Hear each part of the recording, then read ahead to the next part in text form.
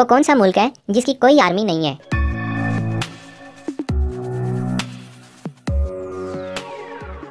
Costa Rica. जी हाँ, इस मुल्क में लॉ को इम्प्लीमेंट करने के लिए छोटी छोटी फोर्सेस तो हैं, but still it has no permanent standing army. वो कौन सी चीज़ है जो हमें पढ़ने लिखने में मदद तो देती है, लेकिन ना ही वो कागज़ है और ना ही पेन?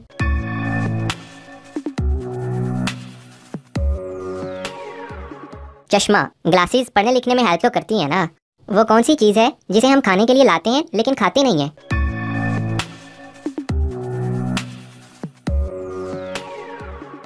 चम्मच। वो कौन सा मुल्क है जहाँ पानी पेट्रोल से भी ज्यादा महंगा है?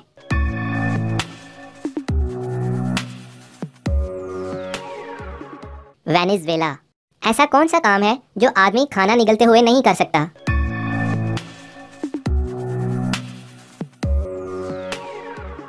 सांस नहीं ले सकता। पूरी दुनिया में कुल कितने पहाड़ हैं?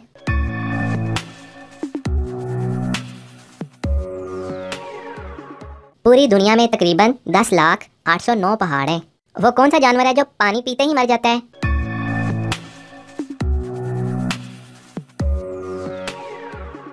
कैंगरू चूहा। जी हाँ, रैबिट रैट।